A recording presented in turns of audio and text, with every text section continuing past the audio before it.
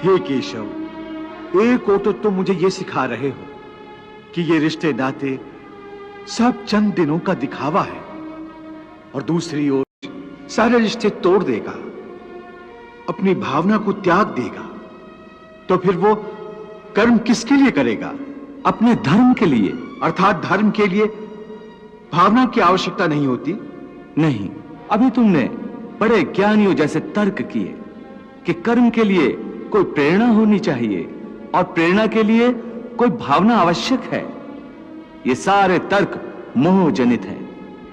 रिश्ते नातों के मोह ने तुम्हारी बुद्धि को धूमिल कर दिया है, इसलिए तुम्हें सत्य दिखाई नहीं दे रहा। इसलिए इस समय तुम्हें धर्म स्पष्ट दिखाई नहीं देता। धर्म क्या है? धर्म की व्याख्या क्या है? इस बात का निर्णय कौन करता है? हे मधुसूदन, वो कौन है जो धर्म का विधान बनाते हैं? हे अर्जुन, हर प्राणी अपने धर्म का विधान, मन को सन्यासी बनाओ और इस मोह के बंधनों को छोड़ो, और इस बात पर ध्यान दो कि इस समय तुम्हारा कर्तव्य क्या है, तुम्हारा धर्म क्या है, और उसी के अनुसार कर्म करो। हे केशव, एक तरफ तुम सन्यास की बात करते हो, सन्यासी की भांति सब नाते रिश्तों के बंधन को तोड़ने को कह रहे हो, और दूसरी ओर मुझे कर्म करने को कह रहे हो। ये दोनों बातें विरोधी हैं।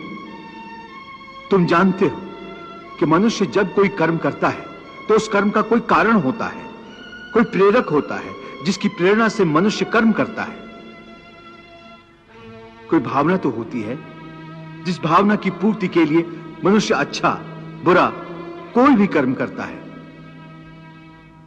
अर्थात कर्म की जड़ में एक भावना होती है, और भावना की जड़ में कोई ना कोई रिश्ता होता है, क्योंकि किसी संबंध, किसी रिश्ते के बगैर तो भावना पैदा नहीं हो सकती। अर्जुन, तुम ठीक कह रहे हो।